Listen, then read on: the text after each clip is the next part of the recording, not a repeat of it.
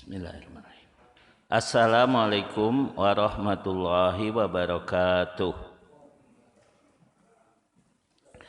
Alhamdulillahilladzi arsala rasulahu bil huda wa dinil haqq liyudhhirahu 'ala dini kulli wa kafa billahi syahida. Wa asyhadu an la ilaha illallah wahdahu la syarikalah iqraran bihi wa tauhida. Wa asyhadu anna Muhammadan abduhu wa rasuluh sallallahu alaihi wa ala alihi wa sahbihi wa sallama taslima mazida. Amma ba'd. Alhamdulillah jemaah sekalian, kita bersyukur kepada Allah Subhanahu wa taala pada subuh pagi ini kita bisa melangsungkan kembali kajian rutin yaitu seputar akidah atau kajian tauhid, di mana dalam tauhid ini kita berharap mendapatkan kebaikan dan kebahagiaan lahir dan batin, dunia dan akhirat, ya. Karena Allah Subhanahu wa taala telah menjanjikan siapapun yang benar tauhidnya, tidak ada syirik sedikit pun, itu akan diberi dua jaminan. Yang pertama, jaminan keamanan. Dalam hal ini yang paling penting adalah aman dari siksa neraka, ya. Yang kedua, jaminan petunjuk, ya. Petunjuk yaitu petunjuk untuk mendapatkan solusi dari masalah di dunia dan juga petunjuk untuk mendapatkan kebaikan yang membawa kita masuk surga, ya. Jadi keamanan juga bersifat di dunia maupun di akhirat. Tetapi aman di dunia bukan berarti tidak kena sakit, tidak kena musibah, tidak kena kehilangan harta. Itu mah sudah janji Allah, kita pasti akan menguji.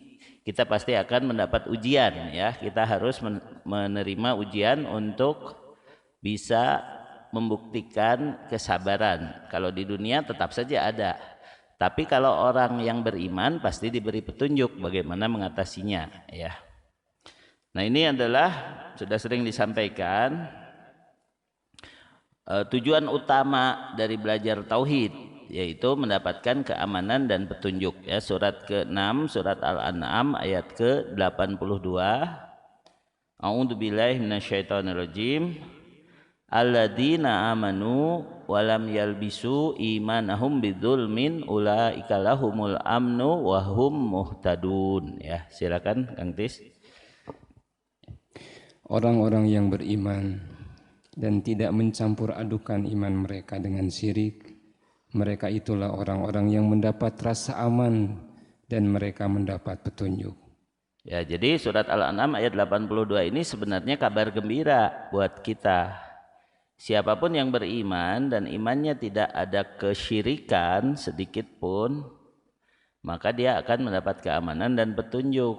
Tetapi anehnya, ketika ayat ini turun dan dibacakan kepada para sahabat radhiyallahu anhum, mereka malah sedih, ya. Terasa berat ayat ini bagi mereka, ya. Ya Rasulullah, man minna lam yadlim nafsahu. Wahai Rasulullah, ditanyakan kepada Rasulullah sallallahu alaihi wasallam, siapakah di antara kami yang belum pernah mendolimi dirinya sendiri? Karena ayatnya berbunyi alladzina amanu wa lam yalbisu imanahum bidzulmin, ya.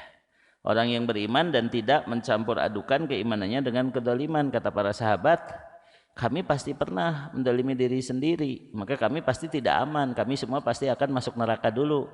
Sedangkan ke neraka itu walaupun hanya 1 detik saja itu tidak bisa terbayangkan pedihnya, ya, karena akan melupakan semua kenikmatan yang pernah dirasakan. Jadi mereka merasa sedih, ya. Tapi kata Rasulullah SAW, sesungguhnya kedoliman di sini yang dimaksud adalah syirik, karena Luqman, seorang hamba yang soleh, telah mengatakan inna syirka la dzulmun adim, yang diabadikan dalam Al-Quran, ya. Sesungguhnya syirik adalah kedoliman yang paling besar, ya. Jadi tidak mencampur adukan dengan syirik artinya tauhidnya lurus, tauhidnya benar. Kemudian aman karena Allah tidak akan mengampuni dosa syirik, tapi Allah akan mengampuni dosa selain itu bagi siapa yang ia kehendaki. Jadi maksudnya kalau tauhidnya penuh semua dosa diampuni. Tapi kalau tauhidnya kurang, maka dosa yang selain syirik akan menyebabkan siksa dulu di neraka tapi tidak kekal di neraka. Karena pada akhirnya Allah akan mengampuninya.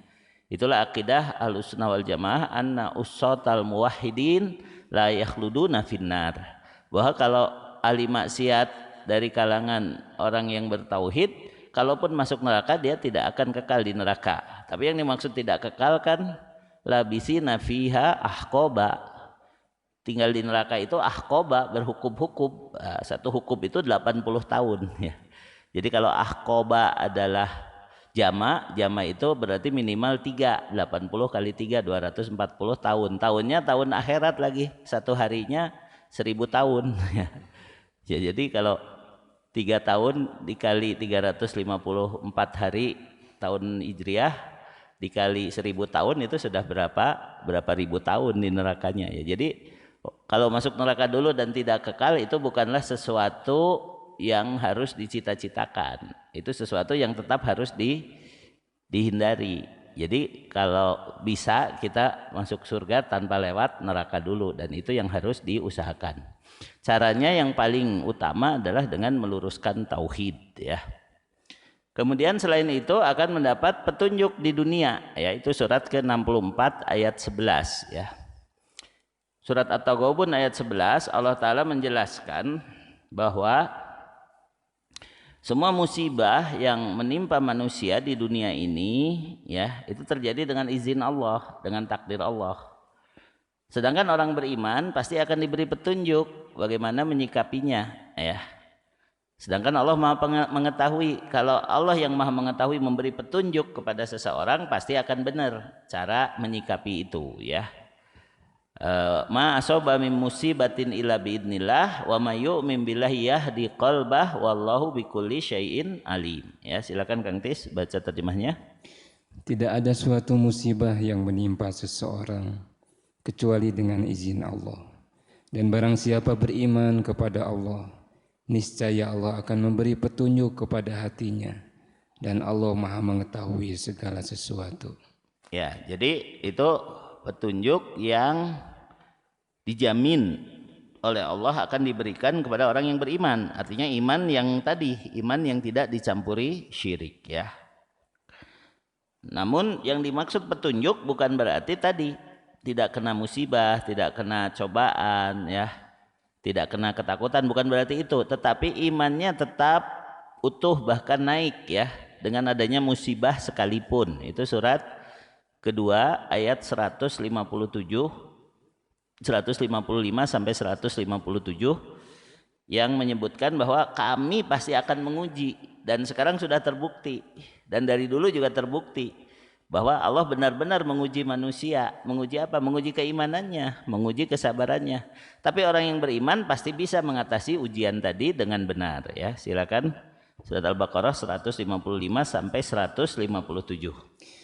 Dan kami pasti akan menguji kamu dengan sedikit ketakutan, kelaparan, kekurangan harta, jiwa dan buah-buahan, dan sampaikanlah kabar gembira kepada orang-orang yang sabar, yaitu orang-orang yang apabila ditimpa musibah mereka berkata, inna lillahi wa inna ilaihi raji'un. Sesungguhnya kami milik Allah dan kepadanya lah kami kembali. Mereka itulah yang memperoleh ampunan dan rahmat dari Tuhannya, dan mereka itulah orang-orang yang mendapat petunjuk. Ya, jadi salah satu ciri orang yang mendapat petunjuk yang paling sederhana, selalu tidak lupa mengucapkan istirja. Ya, istirja itu yaitu mengucapkan innalillah wa inna ilaihi raji'un. Bahkan untuk musibah kecil sekalipun ya. Jangan lupa innalillahi wa inna ilaihi raji'un. Ustaz, kan itu mah kalau ada orang mati, tidak harus mati ya. Apapun yang kita rasakan berat, kita ucapkan innalillahi wa inna ilaihi raji'un. Sesungguhnya kami adalah kepunyaan Allah dan kami kembali kepadanya, sehingga kami tidak perlu merasa berat dengan ini, karena kan kita semua milik Allah, kita akan diambil oleh Allah. Hanya bisa sekaligus diambilnya, yaitu mati, bisa juga sebagian-sebagian. Diambil sebagian, misalnya tadi tabrakan, tangannya patah, ya tidak bisa disambung lagi, itu sudah diambil. Ya, gigi udah mulai diambil sebagian, kan gitu ya. Gitu kan? Jadi kita sudah diambil oleh Allah sebagian-sebagian karena kita milik Allah, kan gitu. Kalau kita merasa bahwa kita milik Allah, ngapain juga merasa berat. Yang penting kita kembali kepada Allah dengan mendapat ampunannya tadi, dengan mendapat rahmatnya, dengan mendapat keridoannya, kan gitu. Nah, itu petunjuk yang paling penting, yaitu ketika kita menghadapi takdir apapun, kita diberi jalan untuk mendapat pahala. Itu petunjuk yang paling penting ya. Jadi baik berupa kesenangan kita bisa bersyukur. Kalau berupa kesusahan diuji kita bisa bersabar. Kalau berupa kesalahan karena manusia tidak lepas dari salah kita segera istighfar. Nah, itulah petunjuk yang paling penting ya. Petunjuk untuk sampai masuk surga, yaitu surat ke-10 ayat 9 dan 10, surat Yunus ayat 9 dan 10, innalladzina amanu wa amilus solihati yahdihim rabbuhum bi imanihim tajri min tahtihimul anhar fi jannatin naim da'wahum fiha subhanakallahumma wa tahiyyatuhum fiha salam wa akhiru da'wahum anil hamdulillahi rabbil alamin. Ya, silakan Kang Tis. Sesungguhnya orang-orang yang beriman dan mengerjakan kebajikan niscaya diberi petunjuk oleh Tuhan karena keimanannya. Mereka di dalam surga yang penuh dengan kenikmatan, mengalir di bawahnya sungai-sungai. Doa mereka di dalamnya ialah Subhanallahumma, Subhanakallahumma, Maha suci Engkau ya Tuhan kami. Dan salam penghormatan mereka ialah salam sejahtera. Dan penutup doa mereka ialah Alhamdulillahirabbil alamin. Ya, jadi selain ucapan innalillahi wa inna ilaihi rajiun, di situ juga dianjurkan ucapan alhamdulillahirabbil alamin. Itulah kebiasaan orang-orang yang imannya benar. Kemudian juga ketika dia dimudahkan untuk melakukan kebaikan, untuk berada dalam majelis ilmu seperti ini, tidak menjadi ujub, tidak menjadi bangga diri. Dia juga mengucapkan alhamdulillahilladzi hadana lihada ya. Wa ma kunna linahtadiya laula an hadanallah. Segala puji bagi Allah yang telah membimbing kami untuk sampai ke kebaikan ini. Ini bukan karena kehebatan saya, ini karena Allah masih menyayangiku. Allah masih merahmatiku sehingga aku bisa hadir di majelis ini, bisa mendengarkan ceramah ini kalau yang melihatnya lewat media sosial ya, atau nanti melihat rekamannya. Itu satu karunia Allah ya. Alhamdulillahilladzi hadana lihada. Segala puji bagi Allah yang telah membimbing kami ke tempat ini. Wa ma kunna linahtadiya laula an hadanallah. Karena kami tidak mungkin menjadi orang yang muhtadin, orang yang menetapi petunjuk ya. Jadi muhtadin itu bukan sekedar mendapat petunjuk tapi sudah mengamalkan petunjuknya ya, kalau bukan karena bimbingan Allah. Itu disebut hidayatut taufik ya. Jadi kalau petunjuk yang diberikan itu namanya hidayatul irsyad. Hidayah untuk mengerti, untuk mengetahui petunjuk tadi. Tapi ketika kita mampu melaksanakan, itulah yang disebut hidayatut taufik ya. Hidayah untuk bisa mengamalkan petunjuk tadi. Taufik artinya perkenan. Jadi apa yang kita inginkan untuk bisa melaksanakan petunjuk Allah sesuai dengan takdir Allah bagi kita atau diperkenankan oleh Allah untuk kita amalkan, itulah yang disebut taufik ya. Jadi beda antara hidayatul irsyad dengan hidayatul taufik. Hidayatul irsyad diberikan kepada semua orang ya, melalui para nabi dan rasul, melalui para ulama, para ustadz ya. Orang kafir sekalipun dikasih tahu Islam itu begini ya. Kalau mereka masuk Islam maka mereka mendapat taufik, itu namanya ya. Kita kadang-kadang suka menganggap semuanya hidayah saja. Nah, padahal hidayah itu ada dua. Hidayah untuk tahu, kemudian hidayah untuk melaksanakan dan mengamalkan pengetahuan tadi ya. Kalau tidak punya hidayah untuk tahu dengan benar disebut dolin, sesat ya. Kalau sudah tahu tapi tidak melaksanakan bahkan menentangnya disebut magdubi alaihim ya. Dimurkai Allah ya, begitu ya. Maka kita selalu minta ihdinas siratal mustaqim ya. Siratal mustaqim itu yang mendapat hidayah irsyad dan hidayah taufik, mengetahui kebenaran dan mengamalkannya ya. Nah, itu surat ke-7 ayat 43. surat Al-A'raf ayat 43 menjelaskan bahwa ahli surga nanti mereka mengakui bahwa mereka bisa masuk surga itu karena hidayah Allah semata, ya. Dengan diutusnya Rasul, dengan mampunya mereka mengikuti petunjuk Rasul itu sehingga bisa beramal soleh, beramal kebaikan yang membawa mereka ke surga. Dan mereka dibuat lapang dada, dibuat tidak ada dengki, tidak ada iri, tidak ada dendam dengan sesamanya. Nah, kita pun harus berlatih di dunia untuk menghilangkan segala dendam, segala iri, segala sakit hati, terutama kepada sesama muslim. Kalau kepada orang kafir mah karena kita tidak boleh mencintai mereka dari lubuk hati, ya, maka kita hanya bisa mendoakan mereka agar mendapat hidayah. Jadi kita kasihan ke mereka kalau terus kafir, nah kayak begitu. Tapi kalau kepada sesama muslim, agar kita bisa mudah masuk surga, harus terbiasa memberikan maaf, berlapang dada, ya. Walaupun tidak lepas dari menasehati. Menasehati itu dasarnya adalah kasih sayang, bukan dengki, bukan marah, nah kayak begitu. Silakan surat 7 ayat 43, ya. Dan kami mencabut rasa dendam dari dalam dada mereka. Di bawahnya mengalir sungai-sungai. Mereka berkata, segala puji bagi Allah yang telah menunjukkan kami ke surga ini. Kami tidak akan mendapat petunjuk sekiranya Allah tidak menunjukkan kami. Sesungguhnya Rasul-Rasul Tuhan kami telah datang membawa kebenaran. Diserukan kepada mereka, itulah surga yang telah diwariskan kepadamu karena apa yang telah kamu kerjakan. Ya, jadi di situ ada 4 clue, ya, 4 isyarat bagaimana seseorang itu layak dipantaskan oleh Allah masuk ke dalam surganya. Yang pertama, ya, wa nazza'na ma fi sudurihim min ghillin, ya. Dicabut dari dada mereka segala bentuk dendam kesumat, segala bentuk kedengkian, segala bentuk sakit hati, dan segala bentuk kecemburuan kalau wanita, ya. Ya karena kalau suaminya mati syahid, ya, dia dapat 70 bidadari surga, lalu istrinya ikut ke surga, kan nggak boleh cemburu, bener nggak?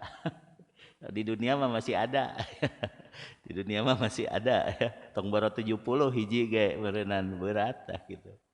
Pokoknya segala bentuk dendam kesumat, segala bentuk kekotoran hati itu dihilangkan, ya, dari dada ahli surga.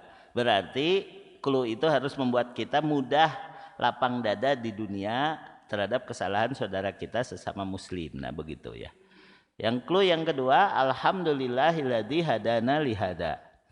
Ahli surga itu tidak ujub, tidak takabur dengan amalnya, tapi mereka mengakui itu adalah dengan petunjuk Allah, dengan rahmat Allah, ya. Clue yang ketiga, aqajat rusulu rabbina bil haqqi. Mereka mengakui kebenaran itu adalah yang dibawa oleh para utusan Allah dan mereka mengerti kebenaran itu, ya. Clue yang keempat adalah tilkumul jannah uristumuha bima kuntum ta'malun. Surga itu kami wariskan kepada kalian karena kalian telah mengamalkan kebenaran yang dibawa oleh para rasul tadi, ya. Jadi ada 4 hal, ya. 1, lapang dada. 2, memuji Allah. 3, mengetahui dan mengerti kebenaran yang dibawa oleh para utusan Allah. Dan yang keempat, mengamalkannya, ya, mengamalkan kebenaran tadi, ya.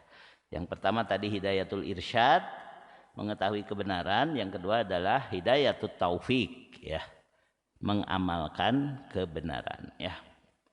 Nah ini sebenarnya dalam waktu singkat kita merangkum semua aspek yang ingin kita raih dalam belajar akidah, belajar tauhid, yaitu meraih petunjuk Allah, meraih kebahagiaan di dunia, kebahagiaan di akhirat, dan selamat dari siksa neraka alias doa sapu jagat, ya. Apa saja petunjuk yang akan didapat orang beriman ketika dia bertauhid, ya. Tauhid itu terutama menghasilkan amalul qulub, ya, menghasilkan amal-amal kolbu yang benar, ya. Amal-amal kolbu itu paling tidak, ya, ada 8 yang harus kita mengerti dan kemudian kita realisasikan dalam diri kita, ya. Singkatannya adalah ICTHTSSI, ya. Nah, I yang terakhir ada uraiannya 3 lagi, yaitu ITB, ya. ICTHTSSI ITB. Itu adalah singkatan amal-amal kolbu yang harus kita raih dengan belajar akidah, dengan belajar tauhid. I yang pertama adalah ikhlas, ya. Ikhlas artinya iyyaka na'budu wa iyyaka nasta'in.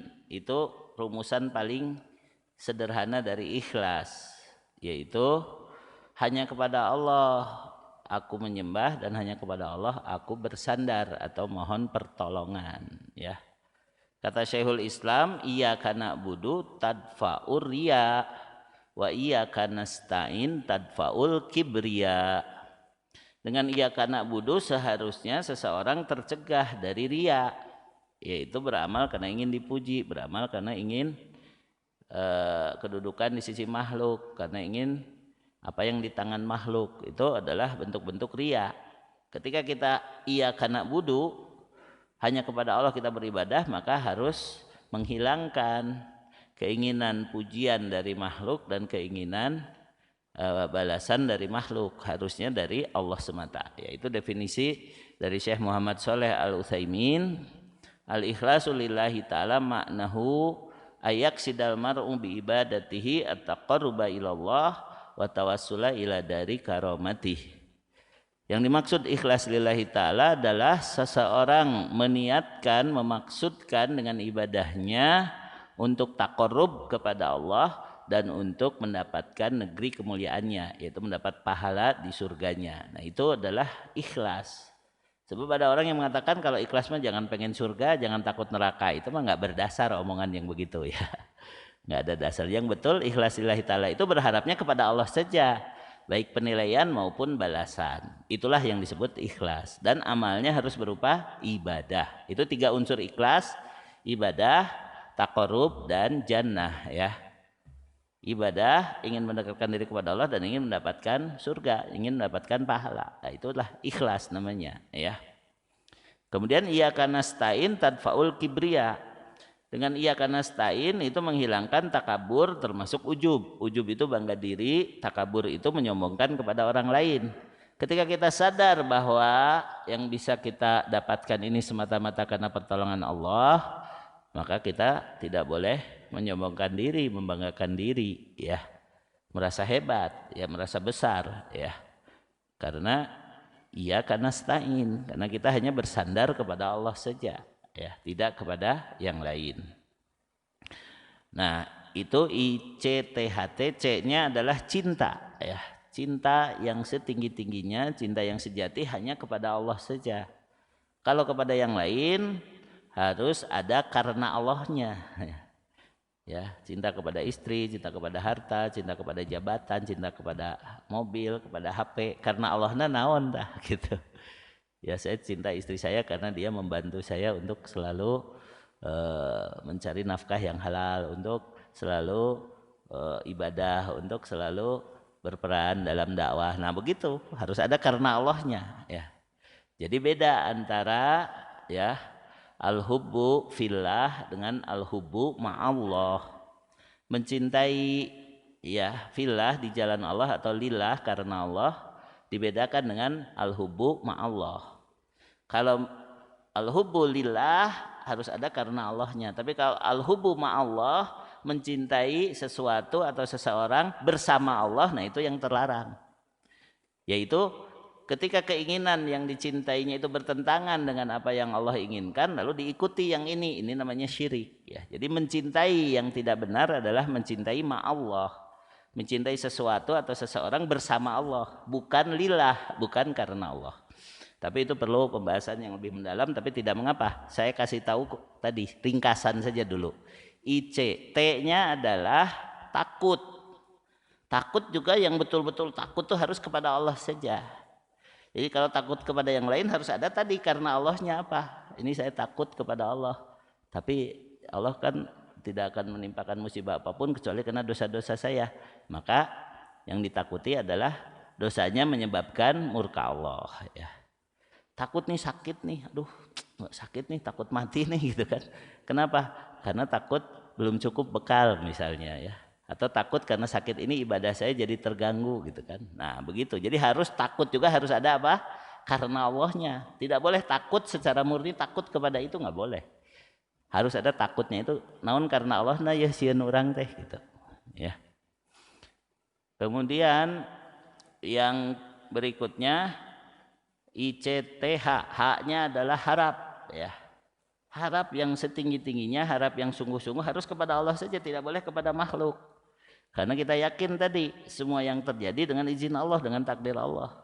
Ikhtiar dilakukan, sebab dijalani, tapi tidak boleh bersandar pada ikhtiar, tidak boleh bersandar pada sebab. Karena ia karena budua, ia karena stain lagi kembali. Sandaran yang sepenuhnya hanya Allah saja. Itulah harap. Harap hanya kepada Allah saja, kepada yang lain harus yakin itu hanya bagian dari proses yang Allah takdirkan ya. Sehingga tidak boleh kita menyalahkan makhluk ataupun kita memuji makhluk dikarenakan kebaikan yang Allah berikan kepada kita ya, seperti itu. Yang berikutnya SSI. SSI itu adalah syukur, sabar, dan inabah ya. Syukur itu adalah kita mengucapkan pujian kepada Allah, meyakini nikmat itu dari Allah dan menggunakan nikmat itu di jalan Allah. Sabar itu adalah sabar dalam melakukan ketaatan, kemudian sabar ketika meninggalkan kemaksiatan, dan sabar ketika mendapatkan takdir Allah yang dirasa berat, yang dirasa pedih, dengan cara ridho dan syukur juga ya. Sabar, ridho, dan syukur itu untuk masalah takdir. Walaupun pedih kita tidak berbuat maksiat, kemudian setelah itu kembalikan kepada takdir Allah. Ini takdir Allah, kita ridho karena kita adalah hamba Allah. Kemudian yakin Allah maha terpuji, alhamdulillah tadi pasti ada hikmahnya. Maka akhirnya dalam musibah apapun kita harus bisa bersyukur ya. Nah kemudian I-nya adalah inabah ya. Inabah itu kembali kepada Allah, mengandung 3 unsur inabah itu, yaitu ITB ya. I-nya adalah istighfar, T-nya adalah taubat, dan B-nya adalah beramal soleh ya. Jadi kalau inabah ada unsur istighfar, taubat, dan beramal soleh ya. Itu amal qalbu, kembali kepada Allah ya. Baik. Itu beberapa ringkasan dari pembahasan-pembahasan sebelumnya. Nah sekarang kita melanjutkan pembahasan mengenai nawaqidul iman ya, pembatal keimanan ya. Pembatal keimanan itu tadi yang menghapuskan tauhid yang benar, menghapuskan jaminan keamanan dan petunjuk tadi, sehingga orang yang batal imannya orang yang habis imannya ya, itu kalau masuk neraka kekal di neraka. Naudzubillahi min dzalik ya. Oleh karena itu, karena balasannya adalah sangat menarik ya dan sangat menggembirakan kita, maka wajar kalau syaratnya ketat ya. Ini bisa mengerti nggak? Kalau sesuatu yang menarik, sesuatu yang diinginkan itu syaratnya ketat ya. Misalnya kalau anak SMA pengen masuk ke ITB, testingnya berat banget ya.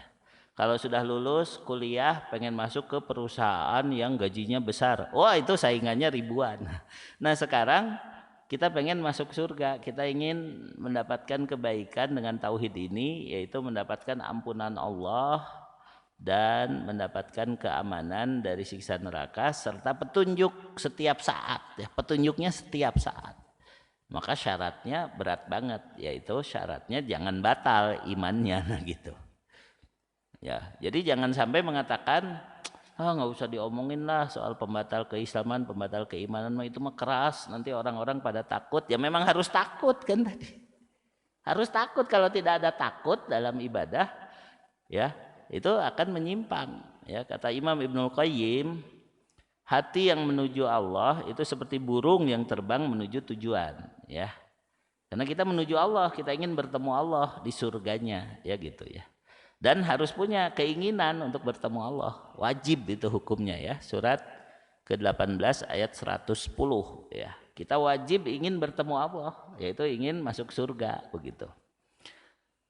Qul innama ana basyarum mithlukum yuha ilayya annama ilahukum ilahu wahid faman kana yarju liqa'a rabbih. Nah, ini dalilnya ya, kita wajib untuk ingin bertemu Allah ya.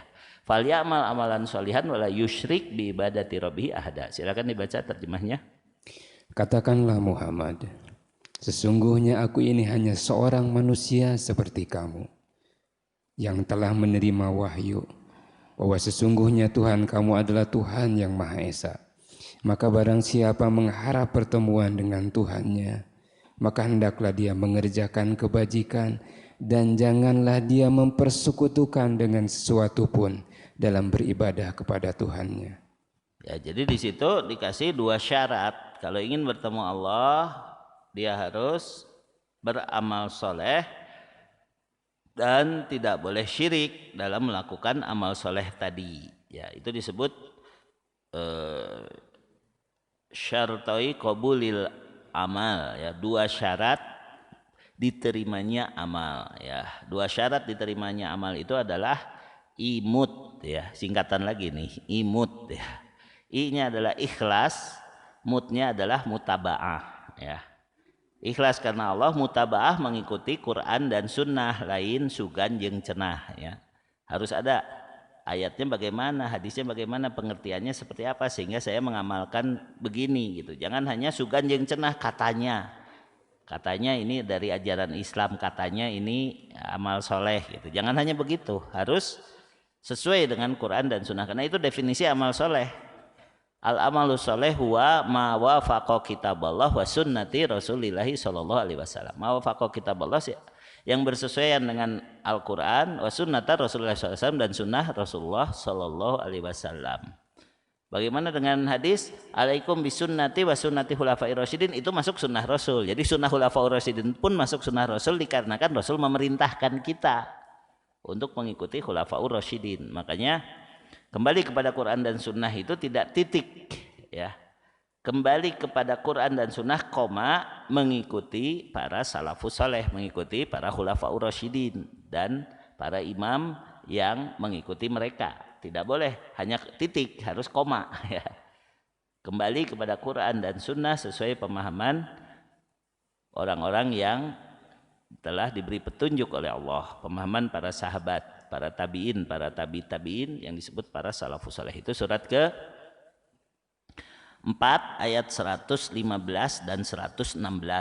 Jadi kita harus mengikuti petunjuk yang dibawa Rasul, yaitu Al-Quran dan As-Sunnah. Kemudian kita harus mengikuti jalan orang-orang yang beriman, yaitu jalan orang-orang yang diridhai Allah, Muhajirin, Ansor, dan orang-orang yang mengikuti jalan mereka. Itu surat 4 ayat 115, 116, kemudian surat 9 ayat 100. Ya, silakan yang surat An-Nisa dulu ayat 115 dan 116.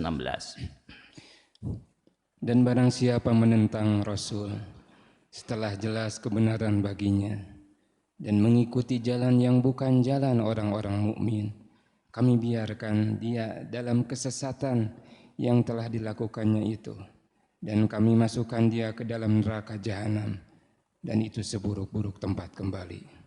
Allah tidak akan mengampuni dosa syirik, yaitu mempersekutukan Allah dengan sesuatu, dan Dia mengampuni dosa selain itu bagi siapa yang Dia kehendaki. Dan barang siapa mempersekutukan sesuatu dengan Allah, maka sungguh dia telah tersesat jauh sekali. Ya, jadi kesesatan itu ada 2 aspek. Kesesatan sumber pemahaman, yaitu tidak menerima Quran dan Sunnah. Yang kedua, kesesatan cara memahami sumber tadi, yaitu tidak mengikuti jalan orang beriman, tidak mengikuti para sahabat, tabi'in dan tabi'in. Namun yang sesat itu pun diancam masuk neraka oleh Allah, masih diberi kabar gembira, yaitu kalau sesatnya tidak sampai syirik, dia tidak akan kekal di neraka. Itu maksudnya ya. Jadi ayat 116 itu berhubungan dengan ayat 115. Itu keterangan dari Syekh Abdul Rahman bin Nasir As-Sa'di ya. Makanya yang harus kita pentingkan supaya tidak masuk neraka dulu sebelum masuk surga yaitu benarnya mengikuti sumber dan memahami sumber, yaitu Al-Quran dan As-Sunnah harus dijadikan rujukan utama. Lalu pemahaman tentang Al-Quran dan As-Sunnah ini sesuai dengan yang dipahami oleh orang-orang yang diridhai Allah, yaitu para sahabat, tabi'in, tabi'in, para salafus saleh dari umat ini ya. Surat ke-9 ayat 100 itu jaminan mereka adalah orang-orang yang diridhai Allah. Siapapun yang mengikuti mereka akan diridhai oleh Allah juga. Nah begitu ya. Surat 9 ayat 100 ya. Ya silakan. Bangunan yang mereka dirikan. Surat At-Taubah ayat 100 itu awalnya wasabiqunal awwalun minal muhajirina wal ansor ya. Mungkin sudah ketemu ya, silakan. Dan orang-orang yang terdahulu lagi yang pertama-tama masuk Islam di antara orang-orang muhajirin dan ansor dan orang-orang yang mengikuti mereka dengan baik. Allah ridho kepada mereka dan mereka pun ridho kepada Allah. Allah menyediakan bagi mereka surga-surga yang mengalir di bawahnya sungai-sungai. Mereka kekal di dalamnya selama-lamanya. Itulah kemenangan yang agung. Ya, jadi metode dalam memahami Quran dan Sunnah harus mengikuti mereka, harus mengikuti orang-orang yang diridhai Allah. Ya, dan ini yang dikemukakan oleh Syekh Profesor Dr. Shaleh bin Fauzan bin Abdillah Al-Fauzan dalam kitab Tauhid ini, ya, bahwa selalu merujuk kepada bagaimana salaf memahami hal ini, ya.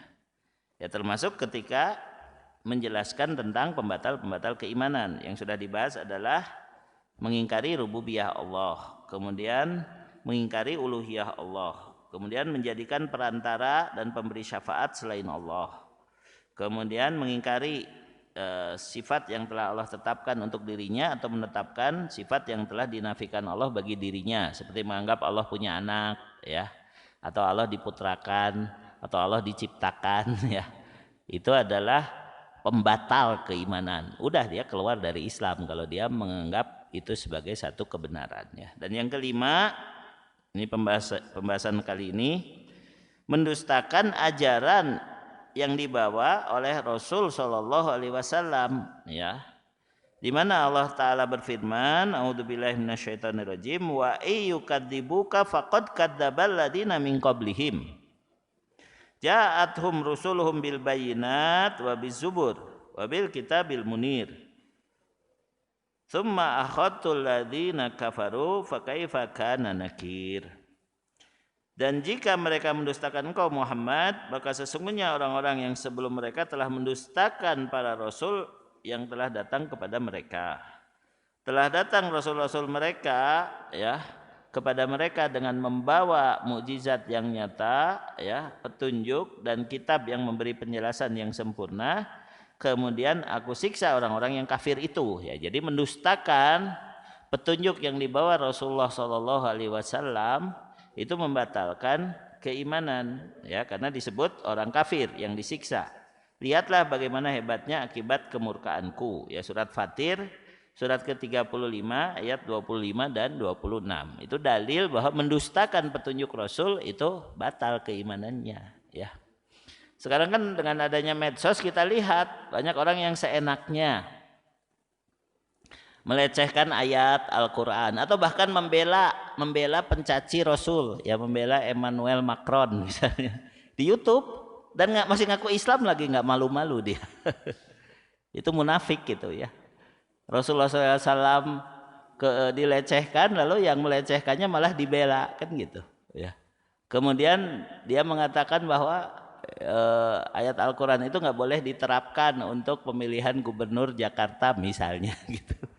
Itu kan mendustakan petunjuk Rasul kan, mendustakan Al-Maidah 51. Walaupun dia masih ngaku Islam, walaupun mungkin pakai kerudung, walaupun mungkin beribadah haji, itu sudah batal keimanannya kalau mendustakan petunjuk yang dibawa Rasulullah SAW ya. Nah, bagaimana dengan orang yang melanggar, berdosa? maka dia tetap beriman selama dia dalam hatinya ada merasa salah. Karena kita kan nggak mungkin mulusnya meles, ya. Kadang kita jatuh kepada kesalahan, kedosaan, ya. Tapi kemudian ya Allah ini salah nih, ini sudah menyalahi petunjuk Rasulmu. Nah di situ masih punya iman, walaupun imannya lemah karena dia tidak mengamalkan petunjuk tadi. Jadi yang berbahaya adalah seseorang berdosa lalu tidak merasa dosa, itu yang lebih berbahaya. Tapi orang berdosa sebesar apapun, selama dia kembali kepada Allah dan mengaku salah, Allah akan menerima tobatnya jika dia bertobat dengan sungguh-sungguh. Ya, surat ke 39 ayat 53. Jadi yang paling berbahaya dari dosa adalah tidak merasa berdosa atau merasa bangga dengan dosa-dosa. Nah itu yang paling berbahaya. Makanya lebih baik kita merasa banyak kekurangan saja supaya Allah mengampuni kita. Walaupun mungkin kita menjaga diri agar tidak bersalah. Jadi yang disebut salah itu harus khilaf, bukan direncanakan. Ya. Direncanakan nanti akan ditebus dengan ini, itu mah sudah tidak merasa berdosa orang yang begitu mah ya. Sudah 39 ayat 53. Silakan Kang Tis. Katakanlah, wahai hamba-hambaku yang melampaui batas terhadap diri mereka sendiri, janganlah kamu berputus asa dari rahmat Allah. Sesungguhnya Allah mengampuni dosa-dosa semuanya. Sungguh dialah yang maha pengampun, maha penyayang. Ya, jadi ayat yang tadi, innallaha la yaghfiru ayyusyraka bihi wa yaghfiru ma duna dzalika liman yasha. Sesungguhnya Allah tidak akan mengampuni dosa syirik, dan Allah akan mengampuni dosa di bawah itu bagi siapa yang Dia kehendaki. Syirik sekalipun kalau dia bertobat dengan sungguh-sungguh, Allah tetap bisa mengampuninya. Berdasarkan surat Az-Zumar ayat 53. Jadi bukan dibalik. Kalau dalam terjemahan Kemenak itu dikatakan Allah mengampuni semua dosa, lalu lihat surat 4 ayat 48 bahwa dosa syirik tidak diampuni. Bukan begitu. Yang dimaksud syirik tidak diampuni itu kalau dibawa mati. Kalau bertobat semua dosa akan diampuni termasuk syirik gitu. Itu yang betul seperti itu. Ya, jadi kondisi bahwa Allah akan mengampuni semua dosa itu ketika seseorang betul-betul bertobat. Jangan putus asa dari rahmat Allah. Ulah aya istilah kagok borontok kapalang belang.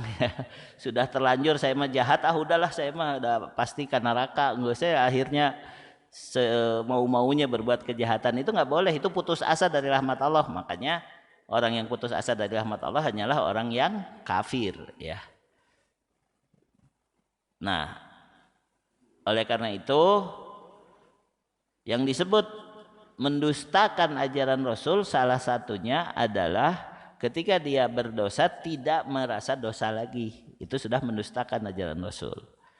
Adapun seorang yang beriman jatuh kepada kesalahan karena hilaf, karena lupa, Allah akan mengampuninya.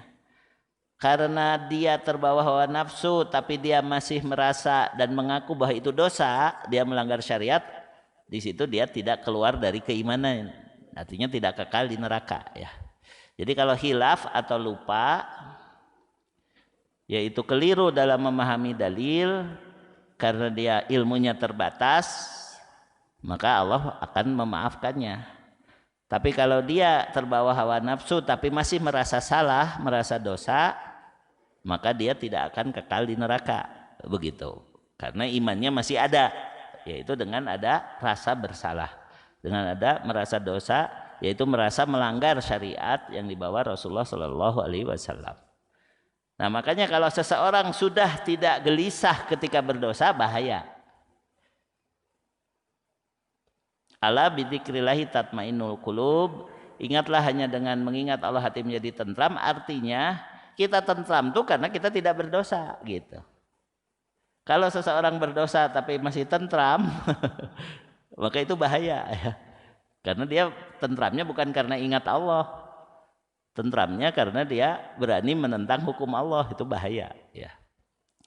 Nah ini memang masalah yang agak dalam, tetapi karena kita belajar akidah, belajar tauhid, maka itu harus mendasar, ya. Harus sampai sampai intinya, ya begitu. Dikarenakan ini masalah yang paling penting, ya. Meskipun tentunya Tidak cukup hanya di satu kali pertemuan atau ceramah gitu, tapi harus ada ngaderes lah, harus ada terus gitu kan. Ini kan karena kita rutin ya di sini, mudah-mudahan dengan berjalannya waktu akhirnya mulai ketangkep gitu ya, mulai bisa dimengerti gitu. Sebab salah satu hal yang berat ketika menyampaikan tauhid itu adalah untuk membuat orang bisa senang ya, bisa menangkap inti daripada tauhid itu dan merasa senang. Dan ini bagi saya itu salah satu keberhasilan Agim ya. Agim menyampaikan tauhid itu dengan ringan dan mudah dicerna begitu. Ya. Tapi bukan berarti bahwa kita tidak boleh mendalam seperti ini. Ini jelas lebih baik begitu ya. Kalau kita bisa mengerti dengan dalam, tapi ujungnya dulu kita ambil ya. Dimulai dari ujung, yaitu tadi hafalkan saja IC, THT, SSI, ITB tadi. Kalau kita bisa mewujudkan itu, lalu kita perbaiki konsep dasarnya, pemahamannya, maka akan betul ikhlas kita, akan betul cinta kita, takut kita, harap. T-nya tawakal ya, tadi belum disebut ya, tawakal. Kemudian SSI syukur, sabar, inabah. Ya, inabah itu adalah istighfar, taubat, dan beramal soleh ya. Itu dijadikan sebagai program seumur hidup begitu ya. Maka insya Allah tauhid kita akan lurus, akan benar ya. Saya kira itu saja untuk pagi ini. Alhamdulillah. Subhanakallahumma wa bihamdika asyhadu an la ilaha illa anta astaghfiruka wa atubu ilaik. Wassalamualaikum warahmatullahi wabarakatuh.